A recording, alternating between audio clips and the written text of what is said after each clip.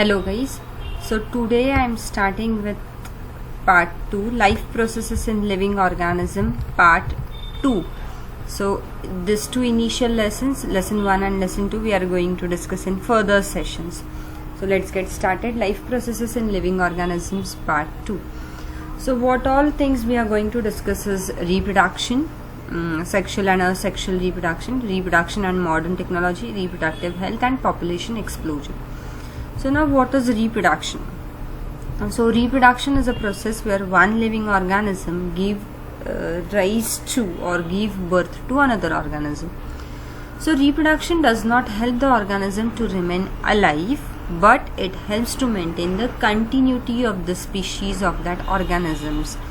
Else that species will come to end, that will extinct. So reproduction is like it will help in the continuity of the species of that organism. Okay, so you can say reproduction is nothing but formation of new organism of same species. Okay, so reproduction is one of the various important characters of living organisms. It is also one of the various reasons responsible for evolution of each species. Exactly, we can see the evolution because of reproduction. In living organisms, reproduction occurs mainly by two methods, and those two methods are sexual and asexual reproduction. So you can see reproduction is of two types, sexual and asexual reproduction. So what all things we are going to learn here in this lesson is sexual reproduction and asexual reproduction. In asexual reproduction, so what is difference between sexual and asexual? So as asexual, asexual, whatever it is. So in sexual reproduction, two parents are involved, or you can say two gametes, one father, one mother. In asexual, only one parent is involved. So you cannot call it as father or mother, but you'll say a single parent is involved. So usko father ya mother ऐसा कुछ कहा नहीं गया है. So here two parents are involved, here only one parent is involved. Sexual reproduction is a slow process, asexual is a fast process. And here we'll see the offsprings are identical to the parent. Here you'll see variations. The offsprings are not, you can say, identical to the parents. Okay. So in sexual reproduction we will find variations. In asexual reproduction we will not find variations. So they are similar to their parents. Okay, the advantage is this is a fast process and this is a slow process. Sexual reproduction is a slow process. In sexual reproduction, what all things we are going to discuss is asexual reproduction in unicellular organism and asexual reproduction in multicellular organism. So in unicellular organism you'll see binary fission, multiple fission and budding. I'll repeat. So हम लोग क्या देखने वाले हैं? Asexual reproduction में two types है, one is unicellular and one is multicellular. In unicellular we are going to see binary fission, multiple fission and budding. Okay, so now let's see what it is. So here asexual reproduction, formation of a new organism by an organism of same species without involvement of gametes is called asexual reproduction. So here you can see only one parent is involved, as I said, and we can see that the offspring or the new organism is identical to the parent. Okay, but this is not the case in sexual reproduction. This is a uniparental reproduction, that means only one parent is involved, and it occurs by mitotic cell division. So there are two types of cell divisions which we are going to learn further. One is mitosis and one is meiosis. So we'll discuss this in detail, but not now. Absence of genetic recombination is a drawback, where the fast process is the advantage. So sexual reproduction is fast and sexual is slow. So here you can see asexual in unicellular organism. Here you can see binary fission, multiple fission you can see, and this is budding. So I hope this is all visible to you. So this is nothing but PDF of my PDF, and you have the hard copy. So binary fission, so in binary fission we are going to discuss amoeba, paramecium and euglena. So what all things we are going to discuss is amoeba, paramecium and euglena. Okay, so binary fission, as the name suggests, it's binary, it's two. So one will get divided into two is binary fission. Fission is separation, fusion is you combine, okay, and fission is like separating. So one cell will get divided into two is nothing but binary fission. So here in the diagram you can see this is amoeba, okay, any kind of shape. This is nucleus. So initially nucleus will start dividing. So nucleus will divide into two lobes, you can see two parts, but they're still connected, okay. So after few days you'll see the nucleus is divided, and slowly the cytoplasm will start dividing, and after few days we can see two daughter amoebas. So from a single cell we get two. This is binary fission. Same with paramecium, you can see, okay. So this is transverse binary fission. This is transverse. You can be asked in MCQs what kind of like fission is in paramecium. So it is transverse fission, okay, and in euglena it is longitudinal. Okay. So in paramecium you can see, so initially the black part is called as nucleus. Nucleus will start dividing, and here nucleus is divided, and slowly cytoplasm will start dividing, and slowly cytoplasm is divided, and this daughter paramecium will start developing into they'll start developing, and once they'll develop they'll start with their further division. So from a single paramecium we got two paramecium. This is binary fission, okay. So binary is from a single we got two is binary. So this is euglena, this is nucleus, this is body, and this is flagellum. Flagellum is for locomotion, यानी हिलने के लिए, movements करने के लिए क्या होता है, ये फ्लैजेलम होता है, ओके.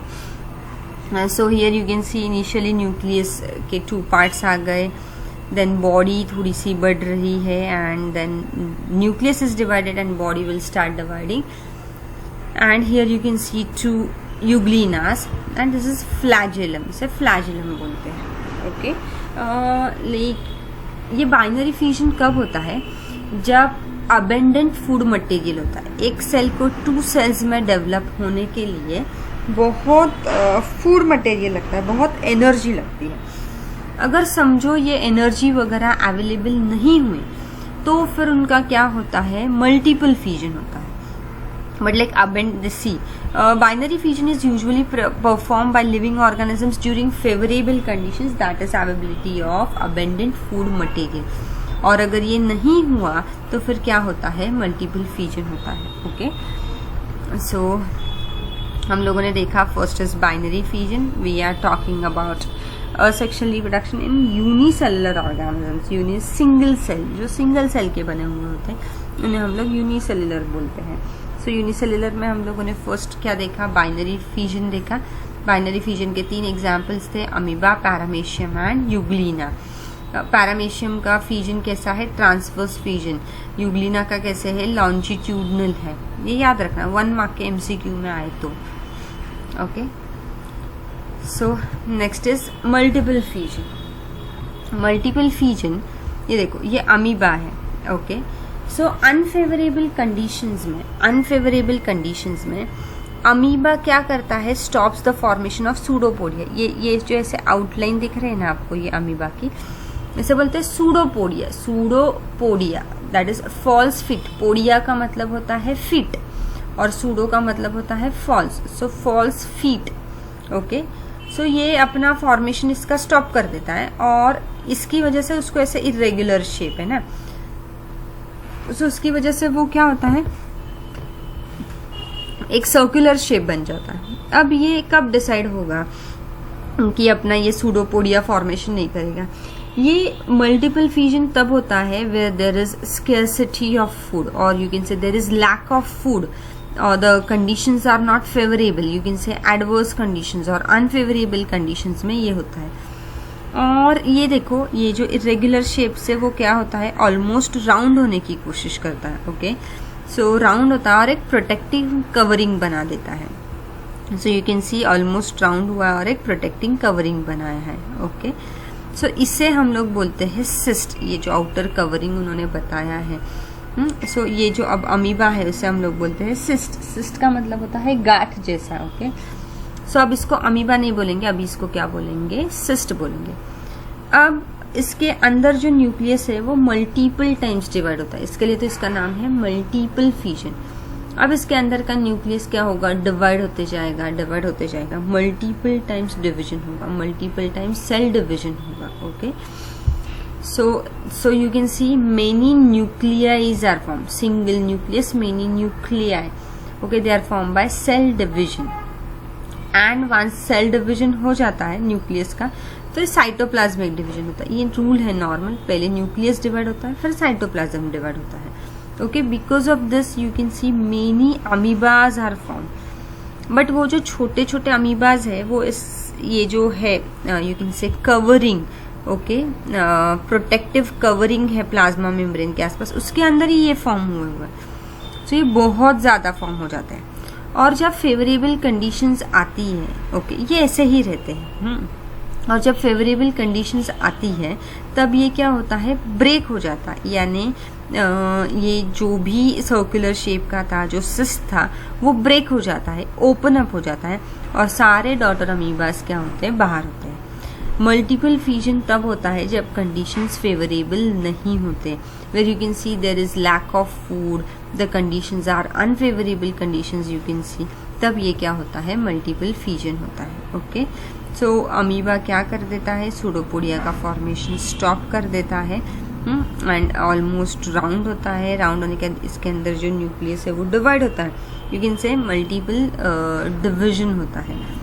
ओके, ये डिवीजन हुआ मल्टीपल टाइम्स, फिर ये जब फेवरेबल कंडीशंस आते हैं तब ये क्या होता है, बर्स्ट होता है। Now next is budding. ये हम लोग पहले से ही पढ़ते आ रहे हैं। बर्डिंग की ये जो वर्ड है ये हमारे फ्लावर के कंसेप्ट में भी रहता है। When you can see outgrowth, जब कली आने वाली होती है, so you see the outgrowth there, so उसे हम लोग क्या बोलते हैं, बडिंग ऐसा बोलते हैं, what we call it as budding. Okay, so budding same. So here you can see this is a parent yeast cell. हाँ, इसका एग्जाम्पल है ईस्ट। क्या है इसका example, yeast. Okay, so can you see here outgrowth. So एक bud आना start हो रहा है। ओके, सो धीरे धीरे न्यूक्लियस डिवाइड होता है, थोड़ा सा और बल्ज हो गया है। सो न्यूक्लियस डिवाइड हो रहा है, न्यूक्लियस डिवाइड हुआ, here you can C 2 nucleus. Okay, तो फिर धीरे धीरे साइटोप्लाज्म डिवाइड होगा, and you can C 2 east. Okay, but ये डिटैच नहीं होता, ये अपने इसको ही क्या रहता है, पैरेंट को अटैच रहता है। ओके, सो ये कब होगा, जब इसकी सफिशिएंट ग्रोथ हो जाएगी, सो ये पेरेंट से डिटैच्ड होगा, इंडिपेंडेंटली ग्रो होने लगेगा। ओके, और जब ये इंडिपेंडेंटली ग्रो हो जाएगा, बड़ा हो जाएगा, तो वापस ये क्या करेगा, रिप्रोडक्शन करेगा, सेम वे में जैसे यहाँ पे पेरेंट इस सेल ने किया। ओके, सो यहाँ पे क्या हुआ, एक आउटग्रोथ आई, फिर न्यूक्लियस डिवाइड हुआ, फिर यहाँ पे छोटा न्यूक्लियस, यहाँ पे न्यूक्लियस डिवाइड होने लगा, फिर धीरे धीरे साइटोप्लाज्म डिवाइड हो गया, और ये क्या होता है, ये डिटैच नहीं होता, ये अपने पेरेंट इसको अटैच ही रहता है। जब इसकी ग्रोथ कंप्लीट हो जाएगी तब वो वहाँ से क्या हो जाएगा, डिटैच हो जाएगा। ओके, सो ईस्ट आप लोगों को मालूम है, ईस्ट हम लोग बहुत बेकिंग के इसमें बहुत ज़्यादा यूज़ करते हैं ईस्ट। सो ब्रेड में जहाँ पे स्पॉन्जी कुछ बनाना है, फ्लफी कुछ बनाना है, we use yeast. So yeast 2 form में आता है, एक ड्राई ईस्ट आता है, एक वेटेड फॉर्म में भी, वेटेड फॉर्मेट में यानी जो खवा वगैरह रहता है हम लोग वैसे फॉर्मेट में भी आता है। ओके, जो ड्राई वाला रहता है वो बेकिंग के पहले पानी में भिगा देते हैं। ओके, एंड देन वो उसमें यूज़ करते हैं। ओके, सो चीज़ों को स्पॉन्जी, फ्लफी, केक, ब्रेड्स, इन सब में क्या यूज़ करते हैं, ईस्ट यूज़ करते हैं। Okay, so you will see yeast cells performing budding, that is a small bud coming out of many parent cells. So can you see a small bud coming? Asexual reproduction occurs by budding in yeast, a unicellular fungus. Yeast cell produces 2 daughter nuclei by mitotic division. So अभी हम लोग ये mitosis क्या और meiosis क्या ये देखेंगे, लेकिन अभी सिर्फ इतना याद रखो कि माइटोसिस देखो असेक्सुअल में हमेशा माइटोटिक डिवीजन होता है, माइटोसिस होता है, सेक्सुअल में मियोसिस होता है. So as to reproduce by budding. This is cell is called parent cell. So this is called as parent. A small bulge appears on the surface of the parent cell. You can see a small bulge here. This bulge is actually a bud. One of the two daughter nuclei enter this bud. After sufficient growth, bud separates from the parent cell and starts to live independently as a daughter yeast cell. Okay, but only after a sufficient growth. Okay. So now what we discussed was, please pay attention, we discussed asexual reproduction in unicellular organism, and in unicellular organism there are three types: binary fission, multiple fission and budding. So binary fission के लिए example क्या क्या देंगे हम लोग? Amoeba, paramecium, Euglena. Multiple fission के लिए हम लोगों के क्या एग्जाम्पल आएंगे? अमीबा आएगा. लेकिन मल्टीपल फिजन कब होता है? अनफेवरेबल कंडीशंस में होता है, where there is lack of food. Okay, so conditions are not favorable, you can say worst conditions, तब क्या होता है? Multiple fission. अमीबा क्या करता है? अपने सूडोपोडिया की ग्रोथ स्टॉप कर देता है, ऑलमोस्ट राउंड हो जाता है, फिर इंटर्न राउंड होने के बाद एक प्रोटेक्टिव कवरिंग बना देता है. अब इसे हम लोग अमीबा नहीं, अभी हम लोग इसे क्या बोलते हैं? सिस्ट ऐसा बोलते हैं. इंटरनली बहुत ज़्यादा न्यूक्लियस क्या हो जाते हैं? डिवाइड हो जाते हैं. होने के बाद जब फेवरेबल कंडीशंस आते हैं तब ये क्या हो जाता है? बर्स्ट हो जाता है, ब्रेक हो जाता है, और सारे डॉटर अमीबास क्या हो जाते हैं? बाहर आ जाते हैं. बडिंग आप लोगों को मालूम है, अभी डिस्कस किया. यहाँ पे क्या इसका एग्जाम्पल क्या आएगा? ईस्ट. एक स्मॉल आउटग्रोथ आती है, बर्ड आता है. ओके, फिर धीरे धीरे न्यूक्लियस डिवाइड होता है, फिर साइटोप्लाज्म डिवाइड होता है and all. Question: binary fission amoeba, paramecium, Euglena. Multiple fission का अमीबा ही है, और बर्डिंग इन यूनिसेलुलर है, उसका एग्जाम्पल क्या है? ईस्ट है. इसमें जो पैरामीशियम था उसका ट्रांसवर्स बाइनरी फिजन था, और यूग्लिना का कैसे था? लॉन्जिट्यूडनल. ओके, अब जाते हैं मल्टी सेलुलर के पास. मल्टी सेलुलर में भी इधर तीन टाइप है. सॉरी, मैंने इसका ड्रॉ नहीं किया, जगह ये नहीं थी. सो यहाँ पे भी तीन है. सो यहाँ पे क्या तीन है? फ्रैगमेंटेशन, रीजनरेशन और बडिंग. यहाँ पे भी बडिंग है और यहाँ पे भी बडिंग है. मैं रिपीट करती हूँ, मल्टी सेलुलर में क्या क्या है? Fragmentation, regeneration, budding. Fragmentation, regeneration, budding. ये जो बडिंग था ये यूनिसेलुलर का था. अभी जो बडिंग डिस्कस करें वो किसका होगा? मल्टी सेलुलर का था. Asexual but in multi cellular. Okay, सबसे फर्स्ट आते हैं फ्रैगमेंटेशन के पास. सो आते हैं फ्रैगमेंटेशन का एग्जाम्पल है Spirogyra. Can you see, this is Spirogyra. Okay, ये हम लोगों, ये वाटरी है, यानी बारिश के सीजन में शेवाड़ हम लोग इसे बोलते हैं ना, तब हम लोगों को ये दिखता है. इसे कहीं पे वॉल्स पे ये ग्रो होते हैं, बाथरूम वगैरह के कॉर्नर्स पे से ग्रो होते हैं. सो ये ग्रीनिश है, स्लिपरी होता है. रेनी सीजन में हम लोगों को ये ज़्यादा देखने को मिलता है. सो फ्रैगमेंटेशन, ये एक फ्रैगमेंट है, ये स्पाइरोगायरा है. माइक्रोस्कोप के नीचे देखा तो दिस वे हम लोगों को ये स्पाइरोगायरा दिखेगा. स्पाइरोगायरा मल्टी न्यूक्लिएटेड होता है, यानी इसमें बहुत ज़्यादा न्यूक्लियस होते हैं. एक नहीं होता, बहुत ऐसे ऑर्गेनिजम्स है जिसमें सिंगल क्या बोलते हैं हम लोग बोलते हैं न्यूक्लियस, मल्टी न्यूक्लिएटेड है. बहुत इसमें सिंगल न्यूक्लियस ही होता है, इसमें मल्टी न्यूक्लियस से रहते हैं. सो ये स्पाइरोगायरा है. सो ये जो है स्पाइरोगायरा, ये इसका रिप्रोडक्शन वे कैसा होता है कि ये जो ऑर्गेनिज्म है स्पाइरोगायरा, इसमें फ्रैगमेंट्स आते हैं, ऐसे यू कैन से ऐसे लाइंस आ जाते हैं, और ये कुछ टाइम के बाद खुद को ऐसे तोड़ देते हैं. यानी एक फिलामेंट होता है, पतला सा थ्रेड लाइक स्ट्रक्चर होता है, और वो खुद को इसे दो पार्ट्स में डिवाइड कर देता है. And each part will start developing into new spirogyra. यानी ये पार्ट भी फिर बड़ा होने लगेगा और ये पार्ट भी बड़ा होने लगेगा. यही उनका क्या है, यू कैन से रिप्रोडक्शन का टेक्निक है. Okay, so here you can C whenever there is plenty of water and nutrients are available to Spirogyra, its filaments grow up very fast and break up into very small fragments. Each fragment starts to live independently as a new Spirogyra fiber. If the body of cycon breaks up accidentally into many fragments, each fragments develop into new cycle, यानी और एक spirogyra है, साइकिन भी है, sponges like है। Okay, सो sponge जैसा रहता है, साइकॉन ऐसा बोलते हैं। सो ये क्या है, बस कुछ नहीं, बॉडी दो पार्ट्स में डिवाइड हो जाती है and each part starts developing into new spirogyra. Okay, next is regeneration. Okay, regeneration. So what is regeneration? अगर आपने कभी देखा होगा लीजर्ड की टेल, लीजर्ड के पीछे जब कोई लगता है, उसको लगता है कि कोई उसको मारने को आने वाला है, तो लीजर्ड क्या करती है, अपनी टेल ब्रेक कर देती है या फिर वो अपनी टेल उधर ही छोड़ के चली जाती है। And just to confuse the one who came to catch it, यानी जो भी उसको कैच करने के लिए आया है, सो उसको ज़रा सा कंफ्यूज करने के लिए वो क्या कर देती है, अपनी टेल डिस्कार्ड कर देती है। एंड यू कैन सी वो टेल थोड़े टाइम के लिए ऐसे हिलती रहती है एंड आफ्टर सम पॉइंट वो क्या बोलते हैं हम लोग, मर जाती है। ओके, लीजर्ड नहीं मरती, उसकी टेल मरती है। अब जो लीजर्ड है जिसने ये टेल निकाल दी है, उसको आप देखोगे तो अभी उसको टेल नहीं होगी, बट आफ्टर फ्यू डेज धीरे धीरे क्या है, वहाँ पे टेल आना स्टार्ट हो जाता है। ओके, सो जो पार्ट डिस्कार्ड किया था वो धीरे धीरे क्या हो गया, रीजनरेट होना स्टार्ट हो गया, धीरे धीरे क्या हो गया, रीजनरेट हो गया।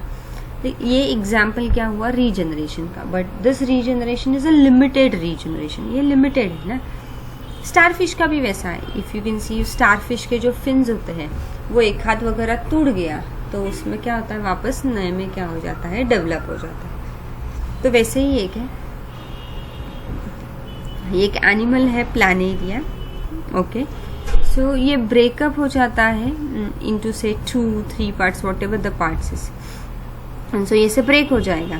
सो ये नीचे का पार्ट, ये ऊपर का part, each part will start developing into new planaria. You can see here this will start developing into new planaria. Even though ये छोटा सा है, it will start developing into new planaria. So you can imagine how the cells are special kind of cells here it is.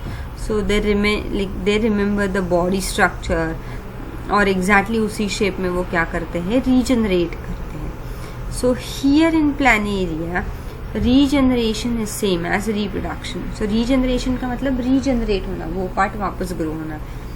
But in human beings regeneration is not same as reproduction. We can not wait to cut into 2 parts and each part will develop. हमारा ऐसा होता है कि हम 2-3 part में cut होता है and each part will develop. No, हमारा ऐसा नहीं है। Okay, so in human beings there is a technique called as reproduction, but in planaria so इनमें क्या हो जाता है, generation is same as reproduction. Okay, ये जो है स्टारफिश, लीजर्ड की सिर्फ टेल है। सो ये जो है, ये क्या होते हैं, बॉडी पार्ट्स रीजनरेट होते हैं। Okay, now here even we can see budding. लेकिन ये जो बडिंग है ये मल्टी, यानी असेक्शुअल में मल्टी सेलुलर का है। ओके, हमने जो पहला बडिंग देखा था जिसका ईस्ट एग्जाम्पल था वो यूनिसेलुलर का एग्जाम्पल था, and this is example of multi cellular. यहाँ पे हाइड्रा ऐसा है, ये हाइड्रा के टेंटाकल्स है और यहाँ पे उसका क्या होता है, माउथ होता है। बडिंग यू कैन सी, यहाँ पे एक आउटग्रोथ आई है। ओके, एक बर्ड आया है। ओके, सो ये नासेंट हाइड्रा ऐसे बोलते हैं या बेबी हाइड्रा हम लोग बोलते हैं। ये बेबी हाइड्रा पेरेंट हाइड्रा को अटैच रहता है, इसका खाना पीना सब कौन प्रोवाइड करता है, पेरेंट हाइड्रा, पूरी नरिशमेंट। और जब नरिशमेंट हो जाती है तब ये यहाँ से कट हो जाता है, ये नीचे गिर जाता है and this will start developing into adult hydra. Adult hydra होने के बाद ये वापस क्या करेगा, बडिंग करेगा। ओके, फिर ये जो है पेरेंट, क्या वो एक ही बार बडिंग करेगा, नहीं, फिर वापस फेवरेबल कंडीशंस आए या कुछ हुआ तो वो वापस बडिंग करेगा। ओके, ये करते रहते हैं, ऐसा नहीं है कि एक ही बार होगा। ओके, सो बाद में ये भी करेगा, पेरेंट हाइड्रा बड़ा होने के बाद पेरेंट हाइड्रा भी करेगा। लेकिन जब तक ये अपने पेरेंट को अटैच्ड है, इनका यू कैन से इनकी स्किन, इनके डाइजेस्टिव लेयर, ये सब एक दूसरे से कनेक्टेड है। सो इसका पूरा डाइजेस्टिव सिस्टम किससे कनेक्टेड रहता है, अपने पेरेंट से कनेक्टेड रहता है। ओके, सो पेरेंट से कनेक्टेड है, इसके लिए सब पेरेंट से नरिशमेंट मिलता रहता है। So here you can see in case of Hydra under favorable conditions at specific part of its body an outgrowth is formed. So an outgrowth is formed by repeated division of regenerative cells of body one.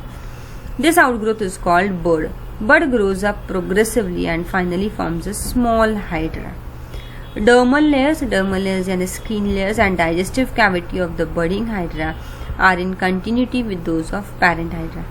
Parent hydra supplies nutrition to the budding hydra.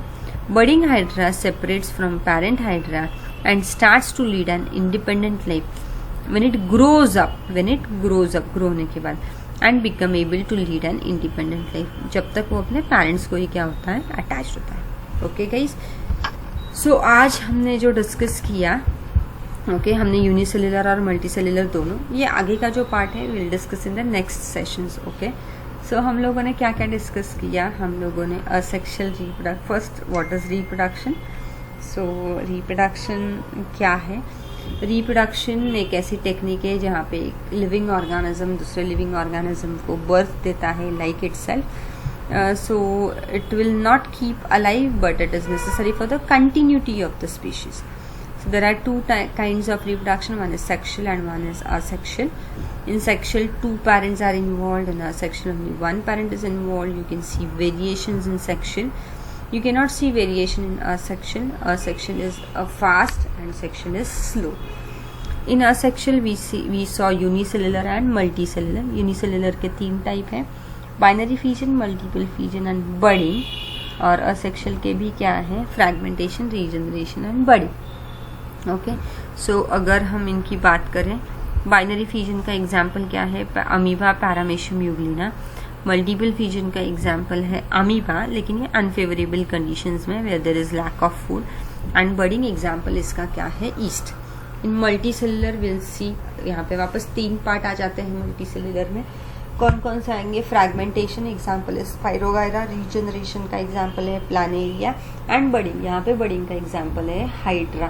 Okay, सो आगे का जो है vegetative propagation part and all will discuss in the next session. Okay, will stop here. Okay guys, bye, take care.